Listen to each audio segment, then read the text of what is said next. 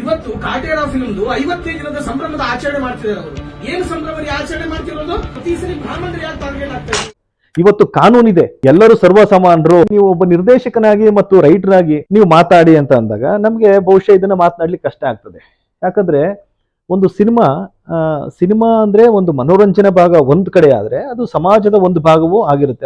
ಅದು ಬೇರೆಯವ್ರ ಮೇಲೆ ಯಾವ ರೀತಿ ಪರಿಣಾಮ ಬೀರುತ್ತೆ ಅನ್ನೋದು ಸಹ ಅದರ ಪ್ರಮುಖ ಅಂಶ ಆಗಿರುತ್ತೆ. ಈ ಭಾರತ ದೇಶ ಅಂದ್ರೆ ಜಾತಿಗಳಿಂದನೇ ಕಟ್ಟಿರುವಂತ ದೇಶ. ಜಾತಿ ವ್ಯವಸ್ಥೆಯಿಂದ ಇವತ್ತಿಗೂ ನಾವು ಹೊರಗಡೆ ಬಂದಿಲ್ಲ. ಇವತ್ತಿಗೂ ನೀವು SLC ಮಾರ್ಕ್ಸ್ ಕಾರ್ಡ್ ಅಲ್ಲಿ ಜಾತಿ ಕಾಲಂನ ಫಿಲಪ್ ಮಾಡದೆ ಮತ್ತು ಧರ್ಮದ ಕಾಲಂನ ಫಿಲಪ್ ಮಾಡದೆ ನಿಮ್ ಮಗುನ ಅಡ್ಮಿಷನ್ ಮಾಡೋದಕ್ಕಾಗಲ್ಲ ಅಲ್ವಾ?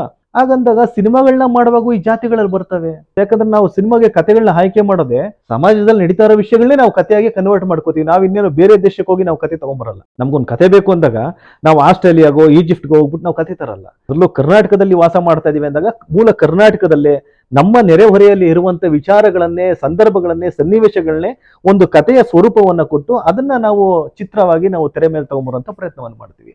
ಅವನು ಈ ಕಥೆಯ ಮುಖಾಂತರ ಏನನ್ನ ನಾನು ಪ್ರಸ್ತಾವನೆ ಮಾಡ್ಲಿಕ್ಕೆ ನಾನು ಹೊರಟಿದ್ದೀನಿ, ಈ ಕತೆ ಮುಖಾಂತರ ಈ ಚಿತ್ರದಲ್ಲಿ ನಾನು ಸಮಾಜಕ್ಕೆ ಏನ್ ಮೆಸೇಜ್ ಕೊಡಬೇಕು. ಆದ್ರೆ ನಾನೊಬ್ಬ ಜವಾಬ್ದಾರಿಯುತವಾದಂತ ನಿರ್ದೇಶಕನಾಗಿ ಒಂದಷ್ಟು ಮೌಲ್ಯಾಧಾರಿತವಾದ ಚಿತ್ರಗಳನ್ನ ಸಮಾಜಕ್ಕೆ ಪ್ರೆಸೆಂಟ್ ಮಾಡಬೇಕು ಅನ್ನುವಂತ ಒಂದು ಆಲೋಚನೆ ಇಟ್ಕೊಂಡು ನಾವು ನೋಡೋದಾದ್ರೆ ಈ ಪರ್ಟಿಕ್ಯುಲರ್ ಇಶ್ಯೂ ಸಿನಿಮಾ ಮೇಕರ್ಗೆ ಬಹಳ ಕಷ್ಟ ಆಗುತ್ತೆ. ಇವತ್ತೆಲ್ಲ ಎಂಟೈರ್ ವರ್ಲ್ಡ್ ಇವತ್ತು ಮೊಬೈಲ್ ನಲ್ಲಿ ಇದೆ. ಮೊಬೈಲ್ ನಲ್ಲಿ ಮಾಡುವಂತ ಯಾವುದೇ ವಿಡಿಯೋಗಳಿಗೆ ಯಾವುದೇ ರೀತಿ ನಿಬಂಧನೆಗಳಿಲ್ಲ. ಎಲ್ಲಾ ನಿಬಂಧನೆಗಳು ನಮ್ಮ ಸಿನಿಮಾ ಫ್ರೇಮ್ ಒಳಗಡೆಗೆ ಬರ್ತವೆ. ಇದು ಒಬ್ಬ ನಿರ್ದೇಶಕನಿಗೆ ಅವನ್ ಹೆಂಗೆ ಅಂದ್ರೆ ಅವನಿಗೆ ಕೈ ಕಾಲೆಲ್ಲ ಕಟ್ಟಾಕ್ಬಿಟ್ಟು ಅವನ ಬಾಯಿಗೆ ಟೇಪ್ ಹಾಕ್ಬಿಟ್ಟು